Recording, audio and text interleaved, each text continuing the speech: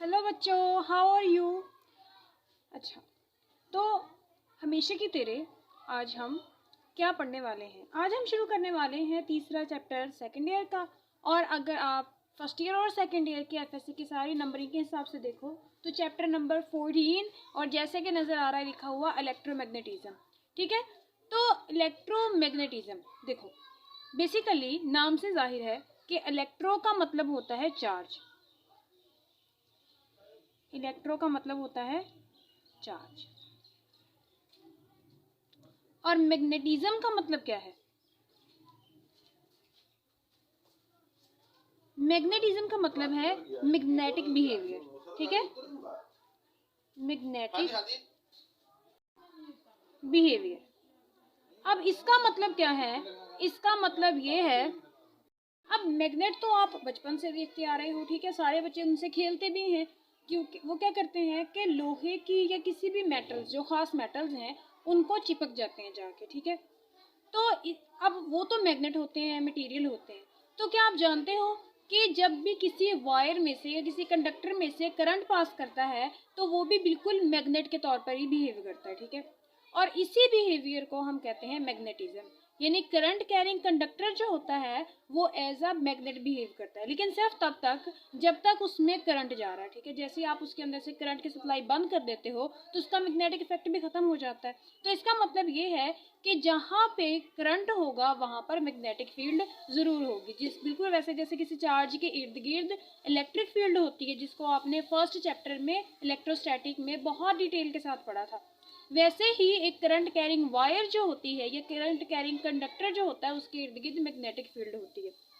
अब शुरू में इंट्रोडक्शन में छोटा सा एक आपकी बुक में क्या है, एक्सपेरिमेंट है। ठीक है, एक्सपेरिमेंट क्या है कि देखो, क्या एक वायर है। ठीक है, ये वाली, this is a long wire. अब इसके अंदर से आप क्या करते हो कि एक कार्डबोर्ड का पीस जो है वो पास करा देते हो, लाइक दिस। अब ये बताएं साइड पे बन गया है, लेकिन खैर आप यहाँ पर कार्डबोर्ड का एक पीस जो है वो पास करा देते हो। इसको मैं थोड़ा सा बड़ा कर देती हूँ, ऐसे।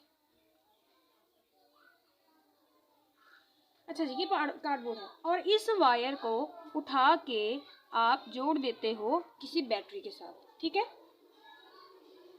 किसी भी सोर्स ऑफ करंट के साथ, बैटरी है या कोई कुछ भी है, तो यहाँ पर हम बैटरी के साथ इसको जोड़ देते हैं।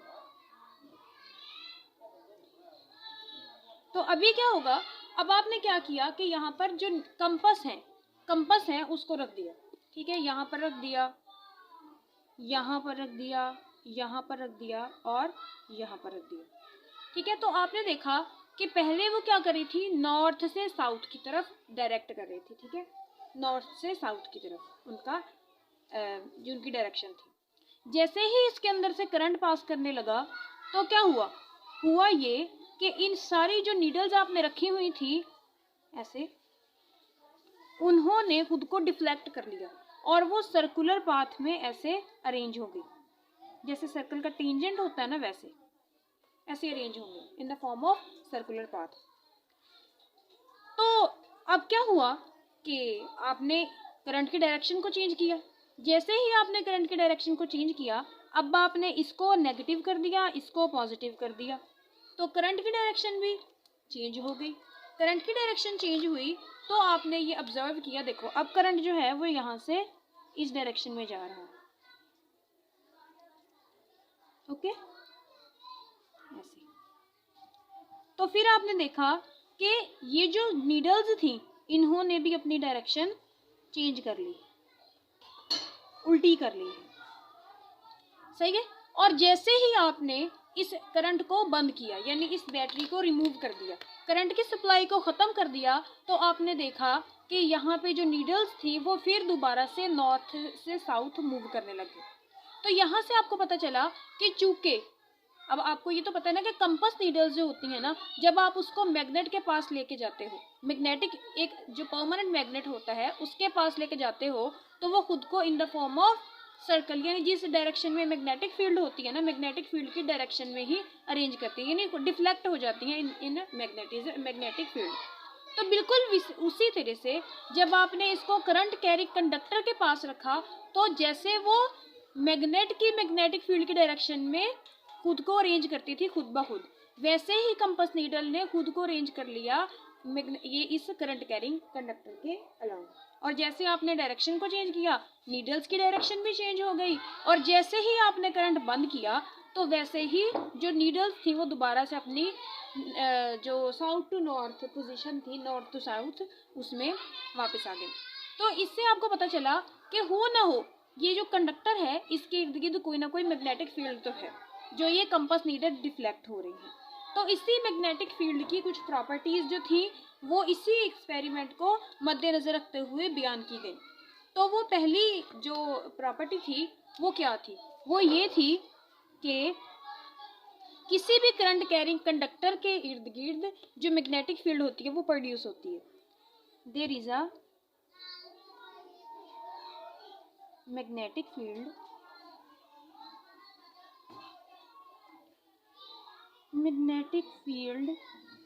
around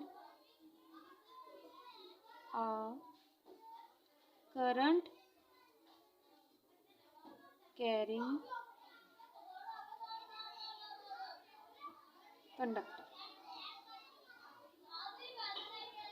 ओके, ये दूसरी इसकी प्रॉपर्टी ये थी, क्या भला दूसरी प्रॉपर्टी इसकी ये थी कि जो मैग्नेटिक फील्ड होती है वो सर्कुलर पाथ में होती है, वो डायरेक्शन उसकी क्या होती है, सर्कल में होती है।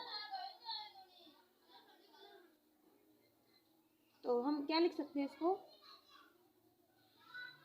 Direction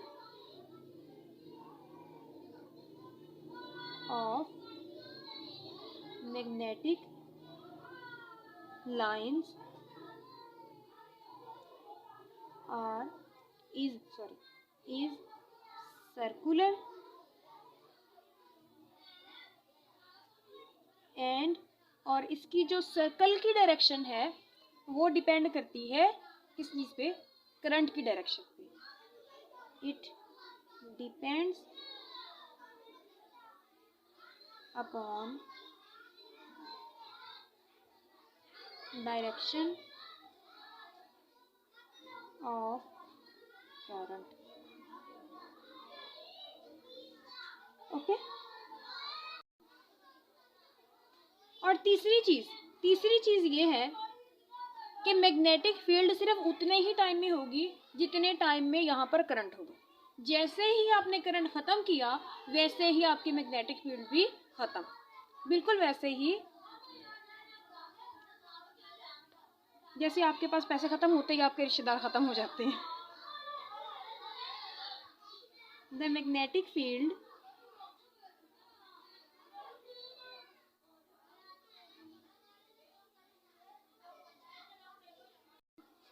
is present if current is present, यानी अगर करंट है तो मैग्नेटिक फील्ड है, अगर करंट नहीं है तो मैग्नेटिक फील्ड भी नहीं है। ओके, हो गया। हमने ये देखा कि जैसे ही आप करंट के डायरेक्शन को चेंज करते हो मैग्नेटिक फील्ड की डायरेक्शन भी चेंज हो जाती है। तो कैसे हमें पता चलेगा कि अगर हमें पता हो कि करंट किस डायरेक्शन में, क्योंकि अभी बैटरी आपने अपनी मर्जी से लगाई है तो आपको ये तो पता ही है ना कि आपके पास करंट की डायरेक्शन क्या है। तो अगर आपके पास करंट की डायरेक्शन का आपको पता हो तो आप चाहते हो कि मुझे पता चले कि मैग्नेटिक फील्ड किस डायरेक्शन में है, यानी मेरे पास कंपास नीडल तो नहीं है लेकिन अभी भी मैं सिर्फ करंट की डायरेक्शन से पता करना चाहता हूँ कि मेरी जो मैग्नेटिक फील्ड इस कंडक्टर के इर्द गिर्द प्रोड्यूस हो रही है वो किस डायरेक्शन में है। तो उसके लिए आप राइट हैंड रूल जो है वो यूज़ करते हो। ठीक है, राइट हैंड रूल। अब राइट हैंड रूल क्या होता है ये भी बताती हूँ।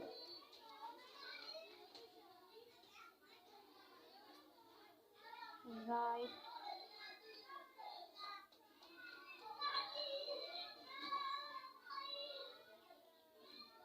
हैंड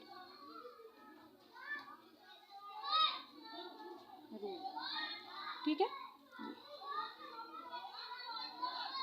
अब इसमें क्या होता है कि अभी आपका जो वायर है, करंट कैरिंग वायर है, तो आपने उसको अपने राइट हैंड में पकड़ना है, सच्ची ना पकड़ लेना बस। यानी अगर ये वायर है, इसमें करंट इस डायरेक्शन में जा रहा है, तो आपने इसके इर्द गिर्द यानी इसको आपने अपने राइट हैंड में ऐसे ग्रैस्प करना है। इस तरह से करना है कि आपका जो थंब है वो पॉइंट करे टुवर्ड द करंट, थंब जो है वो टुवर्ड द करंट पॉइंट करे। अच्छा चलो ये प्यारा मार्कर ले लेते हैं हम। देखो आपके पास एक ये वायर है, ठीक है। अब देखो इसके अंदर करंट अपवर्ड डायरेक्शन में जा रहा है, तो आपने क्या करना है, इसको अपने राइट हैंड में इस तरह से पकड़ना है, इस तरह से कि आपका थंब जो है वो in the direction of current हो। तो आपकी ये जो कर्लिंग फिंगर है ये वाली, ये आपको बताएंगी मैग्नेटिक फील्ड की डायरेक्शन, ठीक है। यानी अब देखो करंट यहाँ पे, अभी करंट नीचे की तरफ जा रहा है ना, नीचे की तरफ, तो मैं क्या करूँगी कि इसको ऐसे पकड़ूंगी, ऐसे। तो फील्ड की डायरेक्शन क्या होंगी, ये वाली, ये। अगर करंट अपवर्ड जा रहा होता तो मैं इसको ऐसे पकड़ती और फील्ड की डायरेक्शन क्या होती, ये वाली। समझ आ रही है ना। अगर करंट डाउनवर्ड होता तो मैं ऐसे पकड़ती और फील्ड की डायरेक्शन ऐसे होती, यानी क्लॉकवाइज डायरेक्शन में होती। ऐसे होता है ना, क्लॉकवाइज, हाँ। और अगर करंट अपवर्ड होता तो मैं इसको ऐसे पकड़ती और अब फील्ड की डायरेक्शन क्या होती, एंटी क्लॉकवाइज, क्लॉकवाइज। अगर ऐसे पकड़ती तो ऐसे, ऐसे पकड़ती तो ऐसे, यानी ऐसे ना, आपको पता चल जाता। अच्छा तो ये हो गया राइट हैंड रूल। तो अगर आपने इसको लिखना हो तो कैसे लिखोगे, grace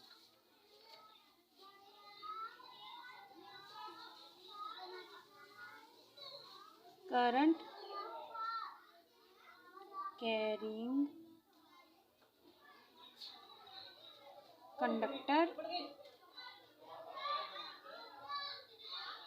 in your right hand, ठीक है, इन योर राइट हैंड।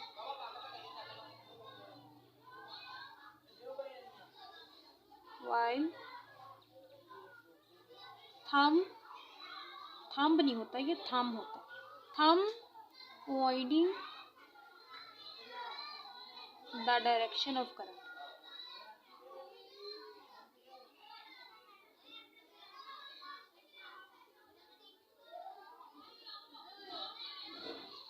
तो द कर्लिंग फिंगर जो होंगी वो आपकी मैग्नेटिक फील्ड को डायरेक्ट करेगी। द कर्लिंग फिंगर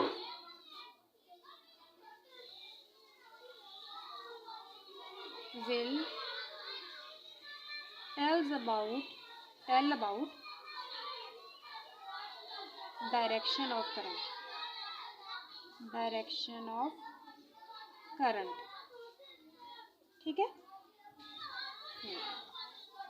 तो बच्चे ये था आपका इंट्रोडक्शन। इसमें हमने पढ़ा कि जब भी आप किसी भी करंट कैरिंग कंडक्टर के इर्द गिर्द जो कंपास नीडल होती है वो रखते हो तो वो खुद को अरेंज कर लेती हैं in the form of circular path, ठीक है, सर्कल में अरेंज कर लेती हैं। अब सर्कल में जब वो अरेंज कर लेती हैं तो जैसे आप करंट की डायरेक्शन को चेंज करते हो तो नीडल्स की डायरेक्शन भी चेंज हो जाती है। जैसे ही आप करंट को बंद करते हो तो मैग्नेटिक फील्ड खत्म हो जाती है, यानी नीडल्स अपनी पुरानी डायरेक्शन में आ जाती हैं। तो इससे आपको पता चलता है कि आपका जो करंट है उसी पे आपकी मैग्नेटिक फील्ड की डायरेक्शन भी डिपेंड करती है और आपकी मैग्नेटिक फील्ड की प्रेजेंस भी डिपेंड करती है। करंट होगा तो मैग्नेटिक फील्ड होगी, करंट नहीं होगा तो मैग्नेटिक फील्ड भी नहीं होगी, ठीक है। फिर आपने देखा कि मैग्नेटिक फील्ड की डायरेक्शन को अगर सिर्फ आपको करंट की डायरेक्शन का पता हो तो कैसे फाइंड कर सकते हो, सही है। अब ये था आपका इंट्रोडक्शन। अब आपने क्या करना है, अब आपने थोड़ा सा डिटेल में जाते हैं। मैग्नेटिक फील्ड क्या होती है, सही है। अगर आप यहाँ पे, ठीक है, ये करंट कैरिंग कंडक्टर है समझो, इसके इर्द गिर्द मैग्नेटिक फील्ड है। मैं यहाँ पर इसको दोबारा बना लेती हूँ।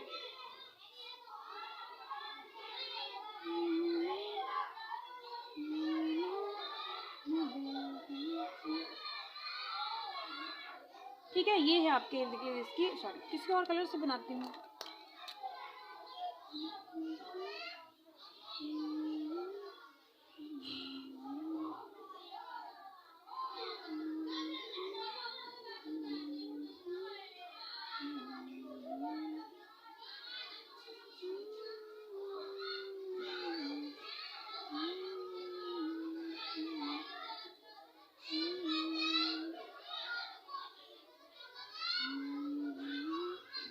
आपकी मैग्नेटिक फील्ड। अच्छा, ये इतनी सी डायरेक्शन में नहीं होगी, हर जगह पर ही इतनी इतनी होगी, यानी हर पॉइंट पर इतनी इतनी। मैंने सिर्फ इस पॉइंट पे बनाई है, ठीक है, यानी होगी तो इस सारे फील्ड के भी, ठीक है। अब अगर इस मैग्नेटिक फील्ड के अंदर, इसकी मैग्नेटिक फील्ड है, इसको बैटरी से जोड़ा हुआ, अगर इसकी मैग्नेटिक फील्ड के अंदर आप एक चार्ज रखते हो, अब वो चार्ज क्या है, साकिन पड़ा है, रेस्ट पर नहीं है, तो इसके ऊपर कोई असर नहीं है, बस पड़ा ही है बेचारा सुकून से, इसको कुछ नहीं कह रही। लेकिन अगर इसी मैग्नेटिक फील्ड के अंदर इस चार्ज को मैं थोड़ा सा मूव करा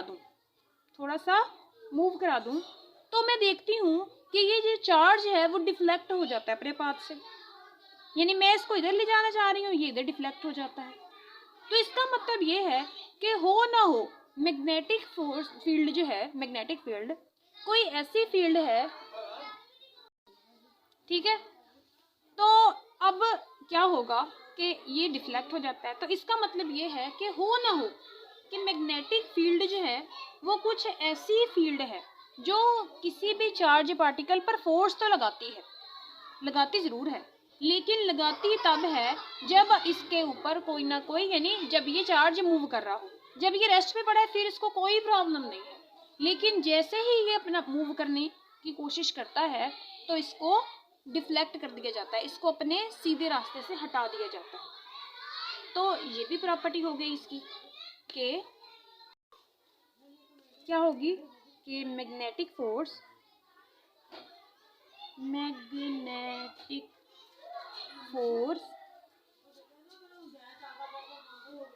acts only on moving charge,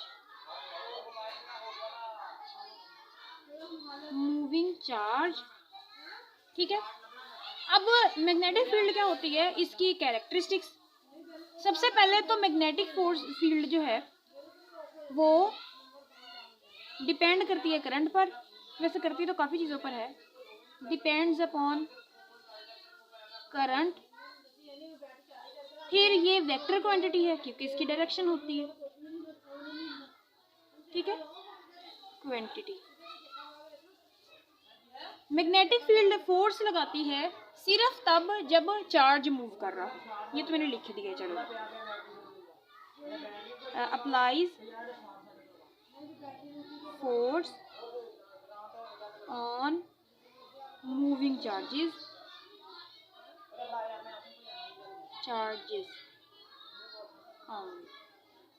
ठीक है। अच्छा जी, इसका अब दूसरी बात यह है कि इस चार्ज पर ये जितनी फोर्स लगाएगी ना, उस फोर्स को हम कहते हैं FB, और उसकी वैल्यू होती है QV क्रॉस B, ठीक है। अब ये आप डिटेल से भी पढ़ लोगे, लेकिन मैं सिर्फ आपका थोड़ा सा कॉन्सेप्ट बिल्ड करने के लिए आपको बेसिक चीज़ें जो हैं वो बता रही हूँ कि मूविंग चार्जेस पे फोर्स लगाती है और उस फोर्स की मैग्नीट्यूड होती है इतनी, QV क्रॉस B, और ये जो फोर्स लगाती है वो V और B दोनों के, क्योंकि ये क्रॉस प्रोडक्ट है ना, V और B दोनों के प्लेन के परपेंडिकुलर होगी, ठीक है,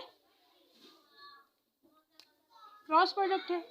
तो क्रॉस प्रोडक्ट में हमेशा जो रिजल्टेंट आता है वो दोनों वेक्टर जिनको आपने क्रॉस प्रोडक्ट किया था उसके प्लेन के परपेंडिकुलर होगी। तो फोर्स, या आप मैग्नेटिक फोर्स कह लो इसको, force, magnetic force is perpendicular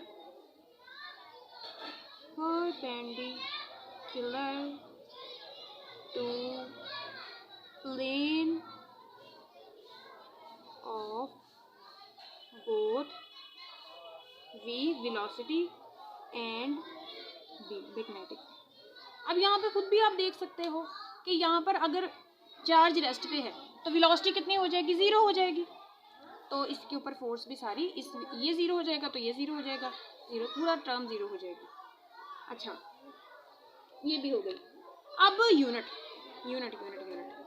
इसका यूनिट होता है क्या भला, देखो, अगर आपके पास इलेक्ट्रिक फील्ड होती है वो किसके बराबर होती थी, याद है, एक ज़माने में पढ़ा था आपने, इलेक्ट्रिक फील्ड बराबर होती थी फ्लक्स E, बराबर होता था E cross A, E dot A। अब जो आपके पास मैग्नेटिक फ्लक्स होगा वो किसके बराबर होता है, B डॉट A के। ये सारी चीज़ें आप चैप्टर में पढ़ लोगे, टेंशन लेने की ज़रूरत नहीं है। इसका यूनिट होता है वेबर, और ये एरिया इधर जाके डिवाइड हो जाएगा तो पर मीटर स्क्वायर। तो मैग्नेटिक फील्ड जो होती है इसका यूनिट होता है वेबर पर मीटर स्क्वायर। इसके साथ ही एक और यूनिट भी होता है इसका, वो यूनिट होता है इसका टेस्ला, ठीक है। अच्छा, इसके अलावा एक और यूनिट भी होता है, वो होता है न्यूटन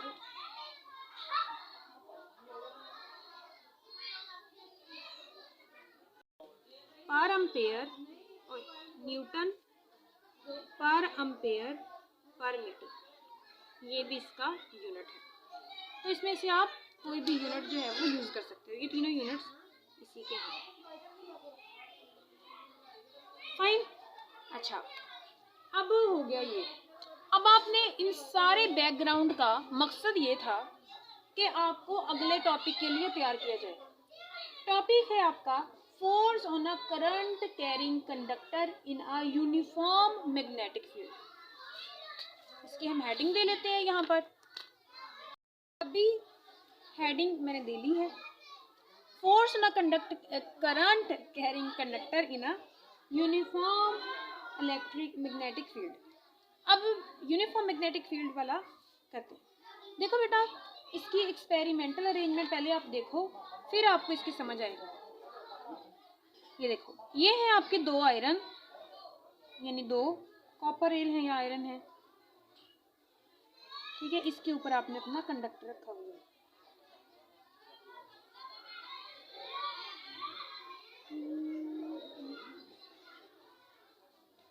आई होप सो कि ये अब सही बन जाए, क्योंकि पहले तो सही बन रही है।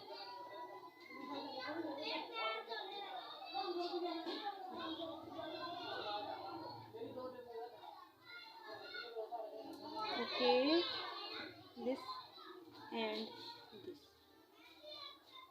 ठीक है। अब ये वाली जो है, इसको इसके नीचे आपने इस तरह से एक मैग्नेट रखा हुआ है कि फील्ड जो है वो अपवर्ड डायरेक्शन में है, डाउन अपवर्ड डायरेक्शन में, सही है। इसके ऊपर आपने रखा हुआ है एक कंडक्टर जो इसके ऊपर मूव कर सकता है। इसके ऊपर आपने कंडक्टर रखा हुआ है,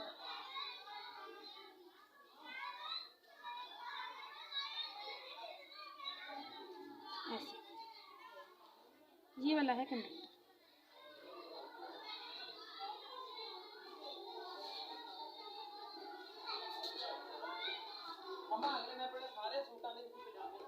ओके, ये है आपका कंडक्टर, और इसको आपने जोड़ा हुआ है बैटरी के साथ। इस कंडक्टर को, इसके अंदर करंट नहीं है, इस कंडक्टर के अंदर करंट है, ठीक है। और इसको आपने ऐसे बैटरी के साथ जोड़ा हुआ है, इसके अंदर से करंट गुजरता है।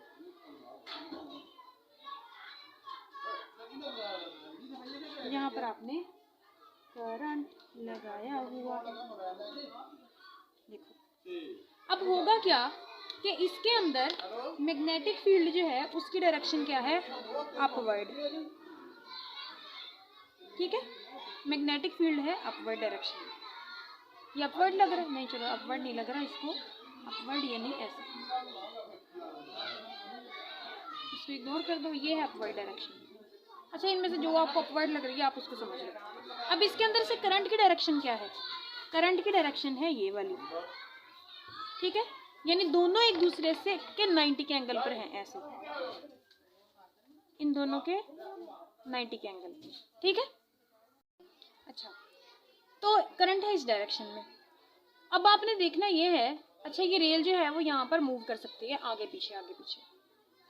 तो ये बी की डायरेक्शन है, यहाँ पर ये एक आई की डायरेक्शन है, ठीक है। तो इस पर फोर्स कैसे लगेगी वो देखने के लिए आप यूज करते हो क्या, राइट हैंड, ठीक है। राइट हैंड को कैसे यूज करते हो, हमेशा थंब जो होता है ना उसको आप रखते हो करंट की डायरेक्शन में, करंट की डायरेक्शन यही है तो थंब भी मेरा इधर, और ये जो उंगलियां होती हैं इसको रखते हो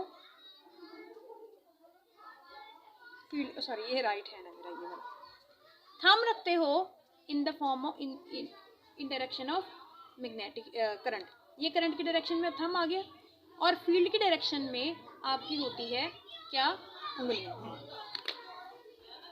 ऐसे। तो ये जो आपकी पाम होती है वो आपको फोर्स के बारे में बताती है।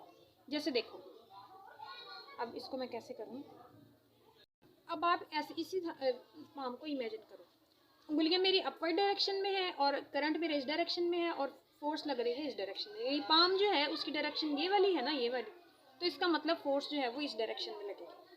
फिर से देखो कि अगर करंट इस डायरेक्शन में है, फील्ड इस डायरेक्शन में है, तो पाम किस डायरेक्शन में है, इस डायरेक्शन में ना, तो फोर्स भी रेल पे इस डायरेक्शन में लगेगी।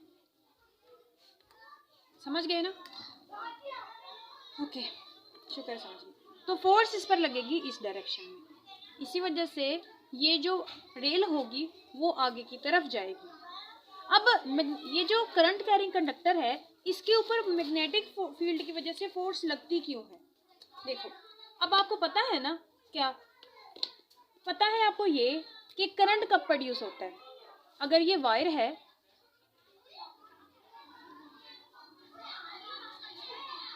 अगर ये है आपकी वायर, इसके अंदर से करंट पास कर रहा है, तो इसके अंदर क्या कर रहे हैं, चार्जेस पास कर रहे हैं, चार्जेस ही पास कर रहे हैं ना, ठीक है।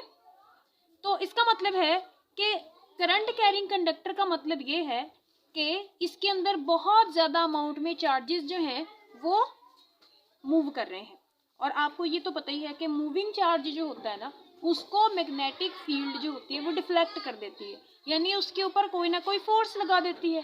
तो यहाँ पर भी ये मूविंग चार्जेस जो हैं इनके ऊपर फोर्स लगेगी मैग्नेटिक फील्ड की वजह से।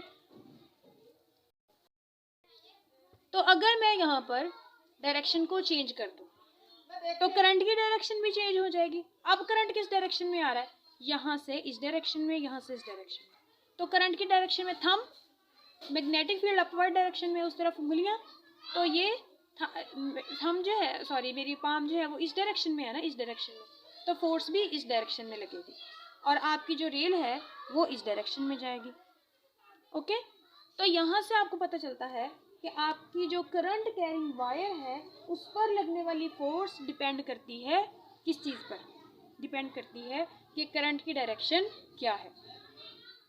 अब आगे हम क्या करते हैं, इसका फार्मूला ड्राइव करते हैं। फार्मूला ड्राइव करने के लिए कहते हैं जी आपकी बुक में कि फोर्स जो है वो मैग्नेटिक फील्ड और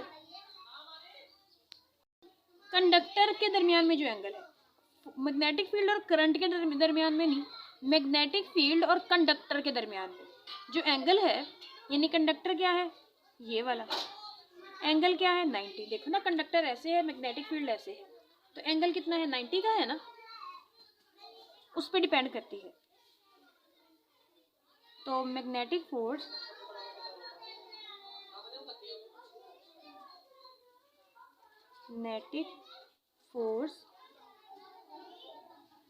depends upon angle between conductor and magnetic field. Okay, इस चीज़ पे डिपेंड करती है, यानी डायरेक्टली प्रोपोर्शनल है।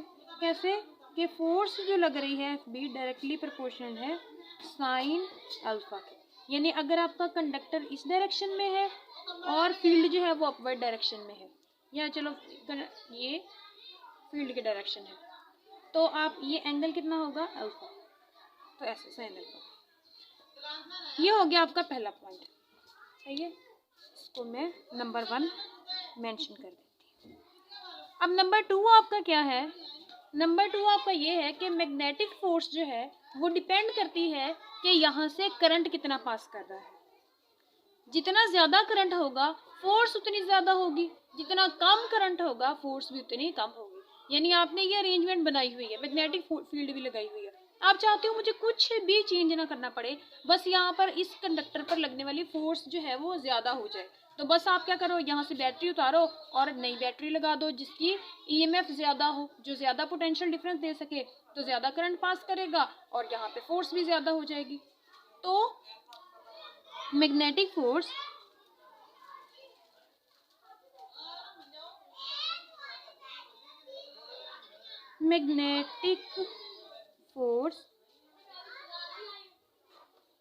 depends upon current passing through conductor.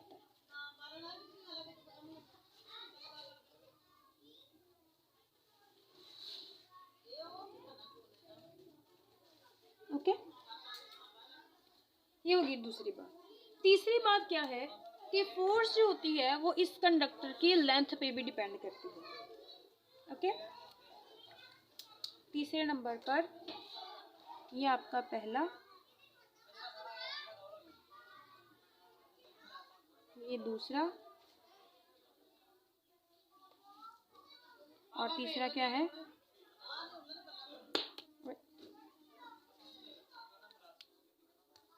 Magnetic force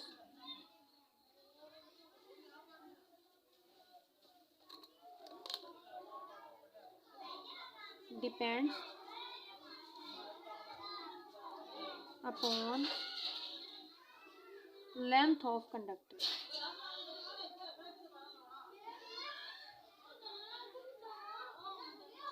okay, तो यहाँ पे आप लिख सकते हो फोर्स डायरेक्टली प्रोपोर्शनल है लेंथ के। ठीक है, ये हो गया आपका तीसरा पॉइंट। जितनी ज़्यादा लेंथ होगी, यानी मिसाल के तौर पर दो कंडक्टर हैं, सही है, एक ये है एक ये है, इसके अंदर से आप सेम करंट पास करा रहे हो आई, एक ही मैग्नेटिक फील्ड में रखा हुआ है इसको,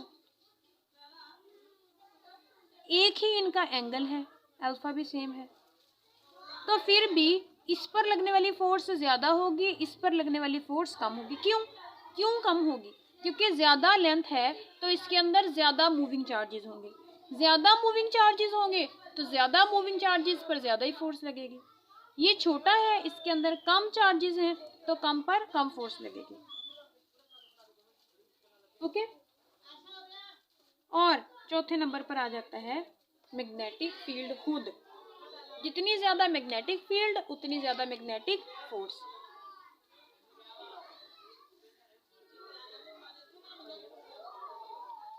magnetic force depends upon strength of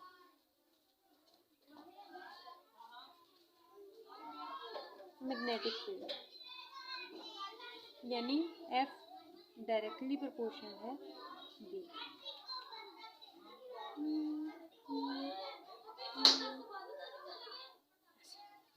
अब ये चार चीज़ें हो गई हैं जिन पर फोर्स जो है वो डिपेंड करती है।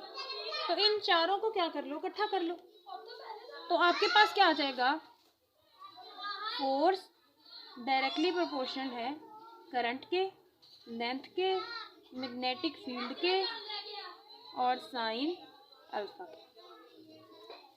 अब यहाँ से आपको एक नई चीज़ पता चल गई। अच्छा, पहले तो आप यहाँ पे प्रोपोर्शनैलिटी कांस्टेंट लगाओ ना, बाकी काम तो हम बाद में करेंगे।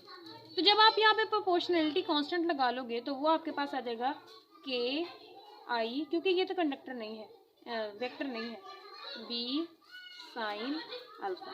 फिर से देख लो कि ये जो साइन अल्फा है, यानी अल्फा जो है वो एंगल है लेंथ कंडक्टर और मैग्नेटिक फील्ड के दरमियान में। ये करंट और मैग्नेटिक फील्ड के, करंट और इनके दरमियान में नहीं है, इन दोनों के दरमियान में एंगल जो होगा ना आपने वो लेना है।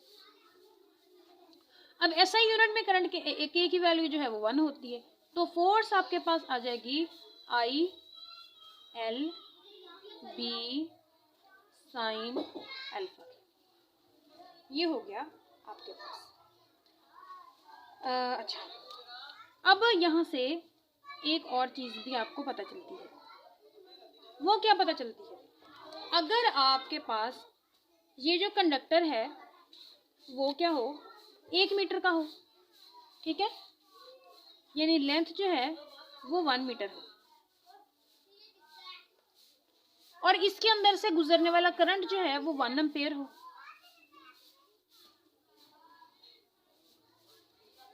वो तो आप एडजस्ट कर ही सकते हो, ठीक है।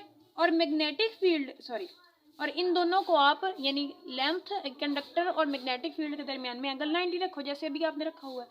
फील्ड आपकी इस डायरेक्शन में है, कंडक्टर आपका ऐसे पड़ा है, तो एंगल कितना है 90 का, सही है। तो अगर अल्फा आपके पास 90 हो तो आपके पास फोर्स कितनी होगी? फोर्स होगी आपके पास, देखो, F equal to 1 ampere 1 metre, B है आपके पास, अच्छा जी, साइन 90 डिग्रीज, और तो फोर्स आपके पास हो जाएगी 1 एम्पेयर मीटर, यानी आपके पास लगने वाली जो फोर्स होगी वो मैग्नेटिक फील्ड के बराबर होगी, ठीक है। वैसे इसी यहीं से आप मैग्नेटिक फील्ड का यूनिट भी निकाल सकते हैं, लेकिन खैर इसको हम बाद में निकालते हैं। यहाँ से आपको पता चलता है कि लगने वाली जो फोर्स होगी वो मैग्नेटिक फील्ड के बराबर होगी। इसी को आप क्या कहते हो? मैग्नेटिक इंडक्शन कहते हो। कि अगर आपके पास कंडक्टर 1 मीटर का हो, इसके अंदर से करंट 1 एम्पेयर हो, इसका आपने रखा हुआ परपेंडिकुलर हो मैग्नेटिक फील्ड के, तो फिर आपके पास जो फोर्स लगेगी वो अप्लाइड मैग्नेटिक फील्ड की मैग्नीट्यूड के बराबर होगी। फिर अगर आप 1 टेस्ला की मैग्नेटिक फील्ड लगाओगे तो फोर्स लगेगी 1 न्यूटन, सही है। अगर आप यहाँ पे 2 टेस्ला की मैग्नेटिक फील्ड लगाते हो, फिर आपके पास फोर्स मिलेगी 2 Newton, 3 Newton, 4 Newton, 5 Newton, 6 Newton, यानी आप अपनी मर्जी की फोर्स एडजस्ट कर सकते हो यहाँ पर। अगर आप 1 मीटर का कंडक्टर ले लो, 1 एम्पेयर करंट पास करा दो, और इन दोनों को कंडक्टर और मैग्नेटिक फील्ड को परपेंडिकुलर रख लो, तो जितने न्यूटन की फोर्स आएगी उतने टेस्ला की मैग्नेटिक फील्ड लगा दो। अच्छा, हमने यहाँ से यूनिट निकालना था। यूनिट कैसे? देखो, फोर्स का यूनिट कितना होता है? न्यूटन। ये इधर आके डिवाइड हो जाएगा एम्पेयर मीटर,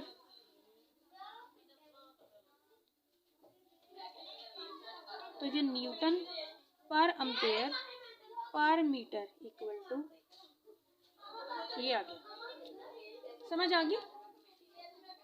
ये आपके पास मैग्नेटिक फील्ड का यूनिट आ गया। ओके, अब वो वेबर मीटर स्क्वायर वाला तब हम पढ़ेंगे जब हम मैग्नेटिक फ्लक्स को डिस्कस करेंगे, ठीक है। ये आ गया आपके पास। अब एक और बात देखो, ये इसी फार्मूला को हम आगे लेके चलते हैं। तो बच्चे, फार्मूला आपके पास आया क्या? फार्मूला था G F B, sorry, force है आपके पास I L B sine alpha, L B vector, B B vector. अब आई तो है ही स्केलर, उसकी तो हमने क्या ही बात करनी। अगर हम एल बी रख लें और साइन अल्फा, तो हम इसको क्या लिख सकते हैं? L cross B. ये क्रॉस प्रोडक्ट नहीं बन गई? एल बी, और हमने पहले कहा था कि ये जो अल्फा है वो एंगल है लेंथ यानी कंडक्टर की, कंडक्टर और बी के दरमियान में। तो लेकिन हम इसको बी क्रॉस एल भी तो लिख सकते हैं, क्या इशू है? मसला तो कोई नहीं है। लेकिन इसमें क्या होगा, हमने ये देखना है कि डायरेक्शन किसमें सेम आती है। देखो, हमने यहाँ पर देखा कि करंट की डायरेक्शन ये, मैग्नेटिक फील्ड की ये, और मेरी पाम इस डायरेक्शन में है, तो फोर्स इस डायरेक्शन में लगेगी। अब मैं देखती हूँ कि हमने क्रॉस प्रोडक्ट में भी वो लेना है जिसमें आपकी फोर्स की डायरेक्शन यही है। देखो, इसमें आपने क्या करना है? ये है आपका एल, ये है आपका बी। एल बी आपको पता है ना, ये आपने फर्स्ट ईयर में पढ़ा था। क्या करना है आपने कि पहला वेक्टर, ठीक है, उसकी डायरेक्शन में आपने हाथ रख लेना है, ठीक है। फिंगर को कर्ल करना है आपने दूसरे वेक्टर की डायरेक्शन में। ये पहला वेक्टर मेरे पास क्या है, एल, इस डायरेक्शन में, ठीक है। बी क्या है, अपवर्ड डायरेक्शन में, फोर्स ये इस डायरेक्शन, इस। तो देखो इस फार्मूला से भी, यानी जो हमने राइट हैंड किया उसमें भी इस डायरेक्शन में आ रही थी, और क्रॉस प्रोडक्ट में अगर हम एल क्रॉस बी करें तो आपके पास फोर्स आती है। तो इसकी जगह पर हम फोर्स, आई तो बाहर निकल गया, तो एल क्रॉस बी लिख सकते हैं। अब बी क्रॉस एल क्यों नहीं लिख सकते, जरा देखो, बी की डायरेक्शन में मैंने उंगलियां रख ली, ठीक है, बी की direction, be upward, upward, be upward, upward की डायरेक्शन में मैंने उंगलियां रख ली, और लेंथ क्या थी, ये इस डायरेक्शन में, कर की तो फोर्स इस डायरेक्शन में आ रही है, उल्टी हो गई ना। इसी वजह से हम बी क्रॉस एल नहीं लिख सकते, क्योंकि फोर्स हमारे पास ऑपोजिट आ रही है। एल क्रॉस बी से फोर्स की डायरेक्शन सेम आ रही है, तो फिर हमने इसको क्या दे दी, अनुमति दे दी कि आप हमारे इस मैथमेटिकल कैलकुलेशन में हिस्सा ले सकते हैं। ओके, अब आपके पास ये आ गया। अब हम करते हैं क्या, अब हम करते हैं ज़रा इसके न्यूमेरिकल्स, जो हम हमेशा करते आए हैं। तो देखो, एक तो एग्जांपल है आपकी, वही करते हैं पहले। एग्जांपल आपकी है जी,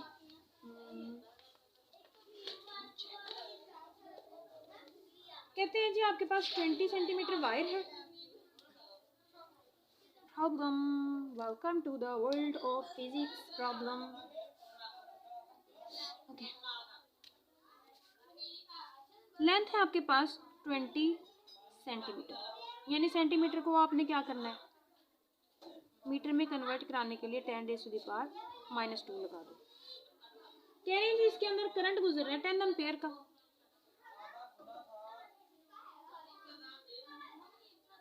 सही है, इसको आपने यूनिफॉर्म मैग्नेटिक फील्ड के अंदर रखा हुआ है, और मैग्नेटिक फील्ड है 0.30 टेस्ला की,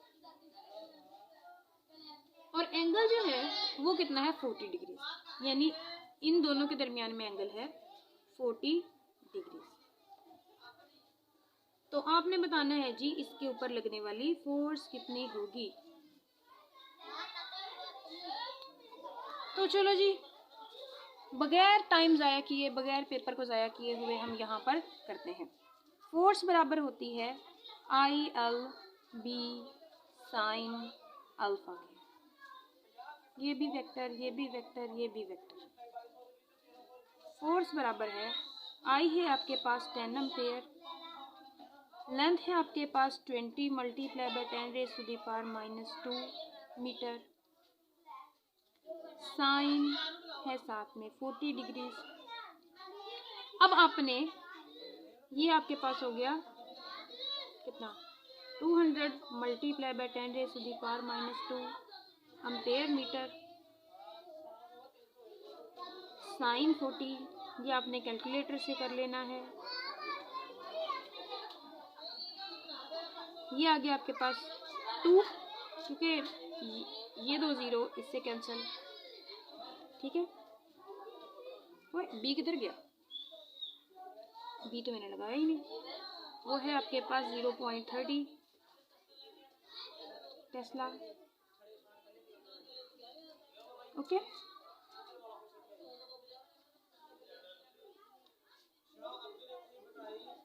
.30 टेस्ला की जगह पे मैं लिख लूँ वो Newton per ampere per metre, ताकि ये कैंसिल आउट हो जाना। ये मीटर एम्पेयर आ गया, और साइन 40।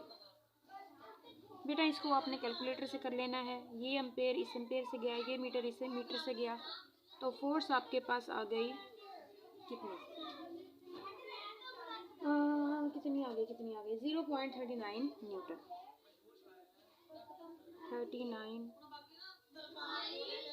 और ये न्यूटन बच गया, ये आपके पास आंसर है। प्रॉब्लम हो गया सॉल्व। अब आपके पास एक और प्रॉब्लम देते हैं। दूसरा प्रॉब्लम ये है के अगर लेंथ आपके पास हो 2 मीटर, फोर्स लग रही हो 10 न्यूटन, करंट गुजर रहा हो 5 एम्पेयर, एंगल हो 90 डिग्रीज, ये भी वेक्टर ये भी वेक्टर, तो आपने फाइंड करनी है मैग्नेटिक फील्ड की स्ट्रेंथ। अब समझो, यानी मैं आपको फिर से ज़रा देती हूँ। ये है आपका कंडक्टर, इसके अंदर से करंट पास कर रहा है, ठीक है, करंट पास कर रहा है इसके अंदर से। मैग्नेटिक फील्ड अपवर्ड डायरेक्शन में लगाई हुई है। ओके, फील्ड आपने इस डायरेक्शन में लगाई हुई है, तो आप देख यही फील्ड आपने फाइंड करनी है। एंगल आपके दरमियान में नहीं, इस फील्ड और इस कंडक्टर के दरमियान में है 90 डिग्रीज। वैसे देखो डायरेक्शन किस में लगेगी, अगर ये इस डायरेक्शन में हो, ये इस डायरेक्शन में, तो थंब आपने क्या करना है, थंब आपने in the direction of current रखना है, मैग्नेटिक फील्ड की डायरेक्शन में उंगलियां, और ये आपकी अपवर्ड है तो फोर्स अपवर्ड, कंडक्टर आपका इस डायरेक्शन में अपवर्ड डायरेक्शन में आता जाएगा। चलो फील्ड फाइंड कर लो, तो वही वाला फार्मूला जिसका हमें बरसों से इंतजार था। तो फोर्स आपके पास आएगा I L B sine 90 degree. Sine 90 पहले ही मैदान से निकल गया।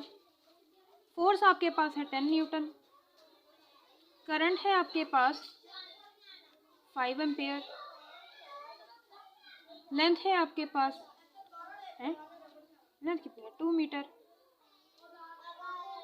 बी आपने फाइंड करना है, ये तो पहले ही 1 हो गया, तो आपके पास ये हो गया 10 newton over 10 ampere metre equal to B. ये कैंसिल आउट हो गया,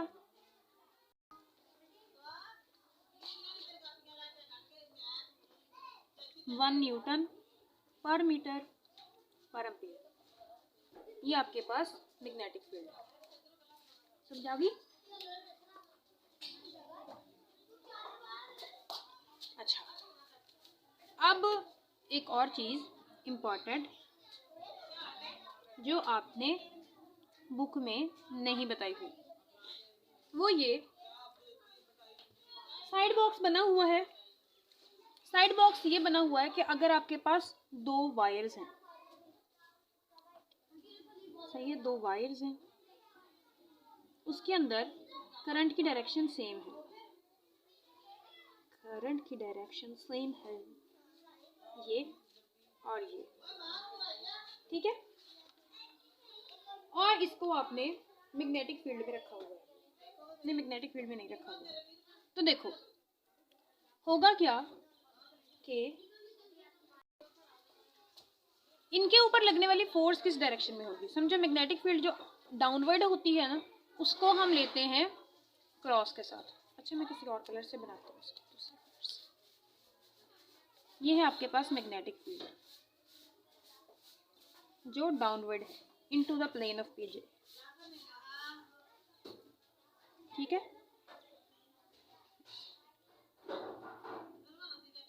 जी, तो अब आपने करना क्या है कि थंब इस डायरेक्शन में, ये इस डायरेक्शन में, फोर्स किस डायरेक्शन में लगेगी, इस डायरेक्शन में, फोर्स किस डायरेक्शन में लगेगी, इस डायरेक्शन, ठीक है। अब यहां पर भी देखो,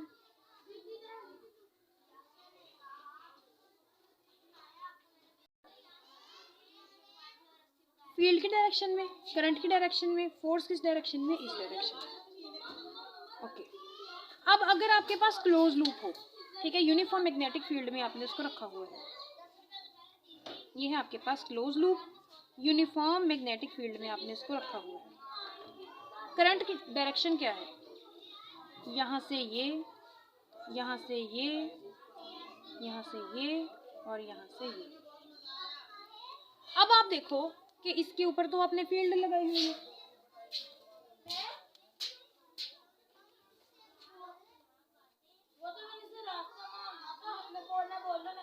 ओके।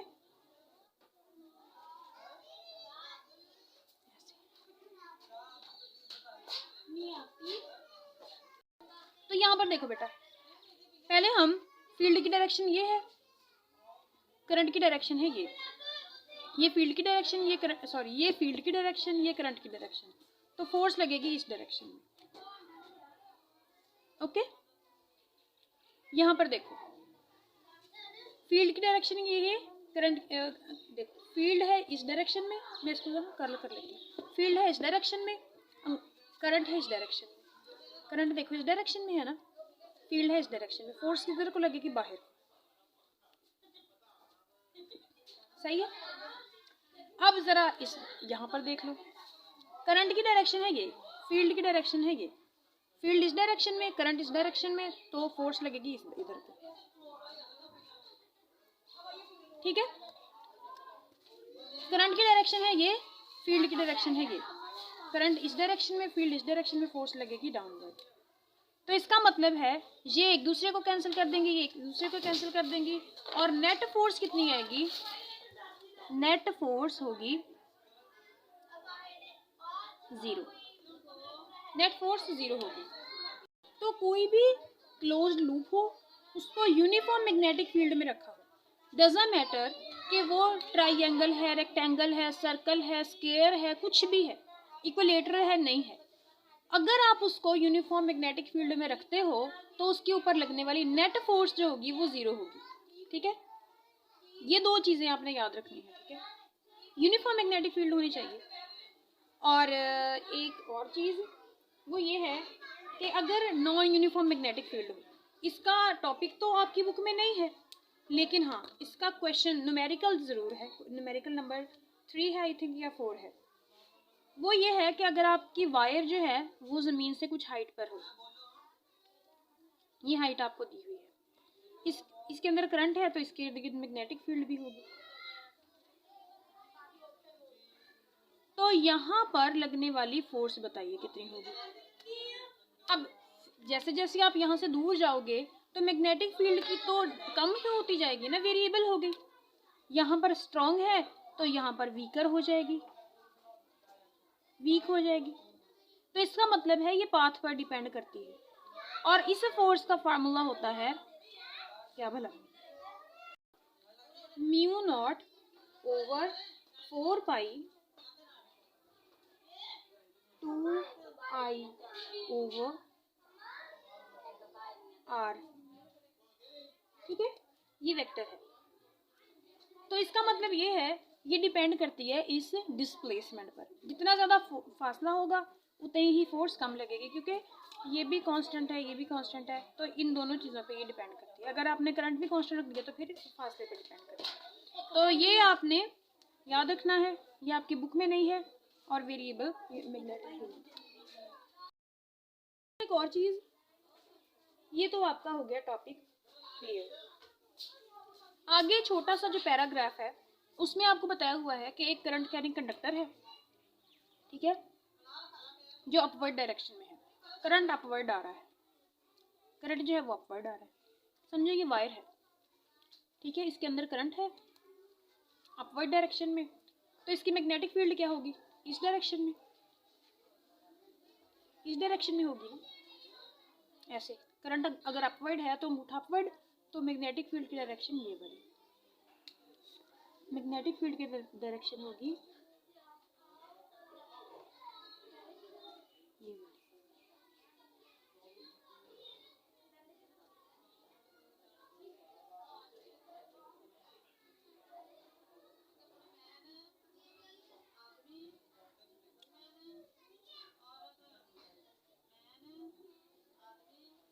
अच्छा, ये हो गई उसकी एक्सटर्नल मैग्नेटिक फील्ड, और डायरेक्शन उसकी क्या है ये।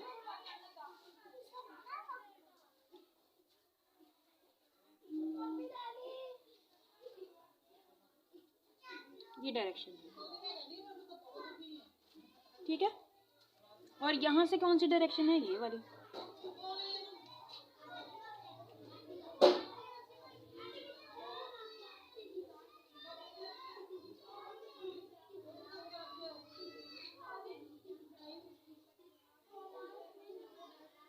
तो अब आप क्या करते हो, इसको एक्सटर्नल मैग्नेटिक फील्ड में रख देते हो, यानी एक मैग्नेट के अंदर रख देते हो। मैग्नेट का ये नॉर्थ पोल है और ये वाला साउथ पोल है। अब आपको ये तो पता ही है कि जो फील्ड लाइंस होती है ना, हमेशा नॉर्थ से साउथ की तरफ होती हैं, ऐसे। अब मुझे जरा लाइंस बना लेने दो।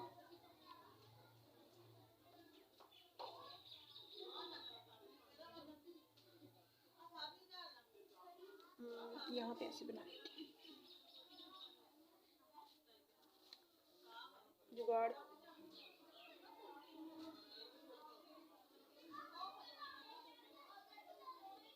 ये है आपकी फील्ड लाइंस, ठीक है। और यहाँ से नॉर्थ टू साउथ होंगी, ये इस डायरेक्शन में, ये इस डायरेक्शन में, ये इस डायरेक्शन में, यहाँ पे भी इस डायरेक्शन में, यहाँ पर भी इस डायरेक्शन में, यहाँ पर भी इस डायरेक्शन में, इस डायरेक्शन में और इस डायरेक्शन। अब अगर आप देखो तो क्या होगा कि इस पॉइंट पर ये फील्ड अपवर्ड है, ये फील्ड डाउनवर्ड है, ये अपवर्ड, ये डाउनवर्ड।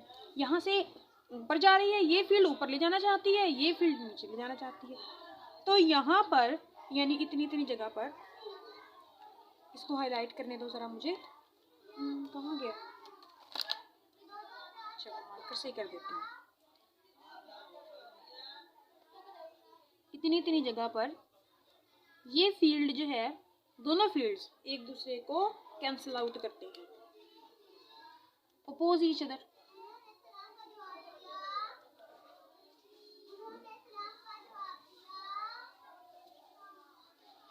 लेकिन यहाँ पर ये वाली जो जगह है, यहाँ पर दोनों की डायरेक्शन सेम है। दोनों की डायरेक्शन सेम होने की वजह से इस जगह पर ये दोनों एक दूसरे को क्या करती हैं, सपोर्ट करती हैं। यहाँ पर क्या करती हैं,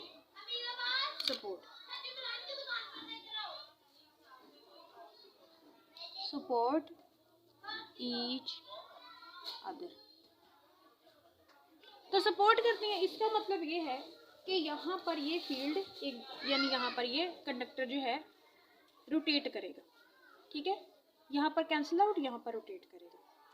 यहाँ पर फील्ड स्ट्रॉन्ग है, यहाँ पर फील्ड जो है वो कमज़ोर है। तो कंडक्टर जो होगा वो इधर यानी कमज़ोर वाले पार्ट में मूव करना चाहेगा, यानी फोर्स जो होगी वो इस डायरेक्शन में लगेगी। अब देखो, फील्ड की डायरेक्शन ये वाली, करंट की डायरेक्शन ये वाली। फील्ड इस डायरेक्शन में, करंट इस डायरेक्शन में, तो फोर्स कंडक्टर पर लगेगी इस डायरेक्शन। समझ आ गई? ओके। तो ये था आज का आपका लेक्चर। इसमें आपने पढ़ा सबसे पहले मैग्नेटिक फील्ड कब होती है, किस डायरेक्शन में होती है, ठीक है, कि वो डिफ्लेक्ट कर देती है कंपास को। फिर आपने देखा कि मूविंग चार्जेस पर कोई फोर्स नहीं लगती मैग्नेटिक फील्ड की वजह से, सिर्फ रेस्ट वाले जो चार्जेस होते हैं उन पर कोई फोर्स नहीं लगती, लेकिन जो मूविंग चार्जेस होते हैं वो डिफ्लेक्ट हो जाते हैं। उसके ऊपर हमने ये देखा कि फोर्स कितनी लगती है, QVB। फिर आपने पढ़ा कि मैग्नेटिक फील्ड जो है एक वेक्टर क्वांटिटी है, यूनिट इसका होता है वेबर मीटर स्क्वायर, या फिर हो सकता है इसका Newton per ampere per metre, या फिर होता है टेस्ला।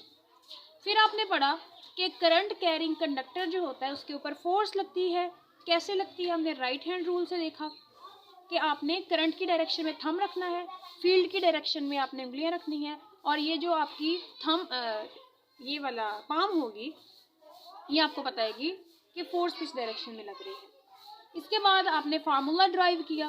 फार्मूला ड्राइव करने के बाद काफ़ी सारे छोटे छोटे पॉइंट्स, और ये देखा कि अगर यूनिफॉर्म मैग्नेटिक फील्ड है तो उसके अंदर रखी हुई क्लोज लूप के ऊपर नेट फोर्स लगेगी वो 0 लगेगी। इसके बाद हम पढ़ेंगे इंशाल्लाह मैग्नेटिक फ्लक्स और फ्लक्स डेंसिटी। तब तक के लिए आप अपना ख्याल रखना, दिल लगा के पढ़ते रहना। अल्लाह हाफिज़।